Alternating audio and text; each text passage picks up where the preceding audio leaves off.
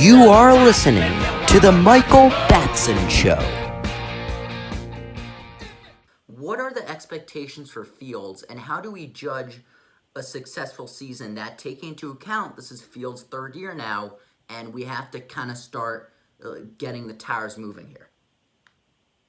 It's a good question. How do you measure success with somebody like Justin Fields? I think it's hard to look at a box score, first of all, and measure success that way because, of course, looking at his box score from 2022, it was very uneven. The passing yards weren't there. Some of the interceptions were a little bit higher. The pass attempts really weren't there. Some games he was throwing feels like 10 or 12 times, unfortunately. Yeah. But when you actually watch the film and see what he's able to do with his legs and extend plays and hit some of those timely passes, especially later on in the season, you see somebody who can definitely develop into, dare I say, a franchise quarterback. This year, you just want to see, it's all about consistency. And it sounds so cliche to say, but if we can get Fields to pass the ball about, complete 20 passes, 25 passes a game perhaps, first of all, it shows the offense is staying on the field. Mm-hmm. They're able to put together long drives to march down the field, keep the defense off of it, and have those opportunities to score points. But, of course, accuracy, as long as I think he can actually stay upright, you want to see quicker tendencies from him, trust in his receivers more. We know that the receiver core was abysmal last year. There were only two real guys that the Bears could depend on. And, maybe three if you like Dante Pettis and his team leading 3 touchdowns for receivers. So being able to trust in those receivers that they have, having a full offseason with Chase Claypool and now DJ Moore, along with Mooney coming back, there's no excuses here. You want to just be able to see, like I said, build off of those inconsistencies that he had. Yeah. Because, I'm sure you saw it.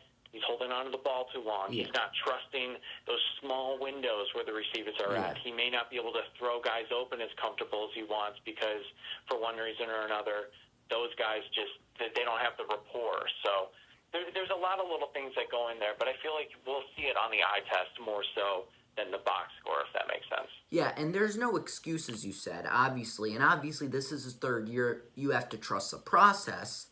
But is there any way that, in your mind, this is a prove it or lose it year? Can he be that bad where this could be kind of, okay, you're out? Or are you just sticking with him for 2 more 3 years? Because if you look at it, he hasn't done much.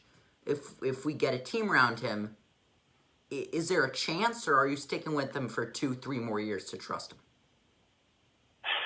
My heart says stick with him for 2 years, but at the same time, you have to see that development. And I just go back to what we saw with Mitchell Trubisky in 2019. Because in 2017 he had a fairly uneven rookie year. 2018 was really good.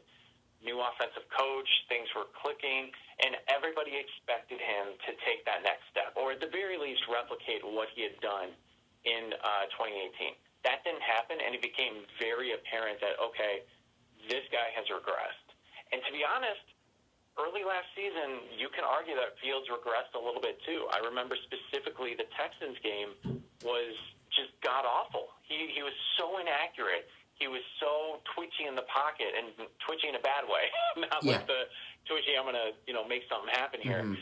And I said in a tweet, I'm like, oh my God, Justin Fields is regressing and it needs to stop. And people got on me about that, but clearly look at what you're seeing. So the point is, if that were to happen again this year, especially considering the protection on paper is much better now, the receivers are much better, your tight end is much better, all of those pieces are in place, you have to, at the very least, do just even a bit better than this past year to make me feel comfortable going into year 4 as this guy. But I really don't think that's going to be the case. I really do think we're going to see a step. All the pieces are in place. And also keep in mind, he's now in the same offensive system for 2 years in a row as a pro. He didn't have that coming out of school.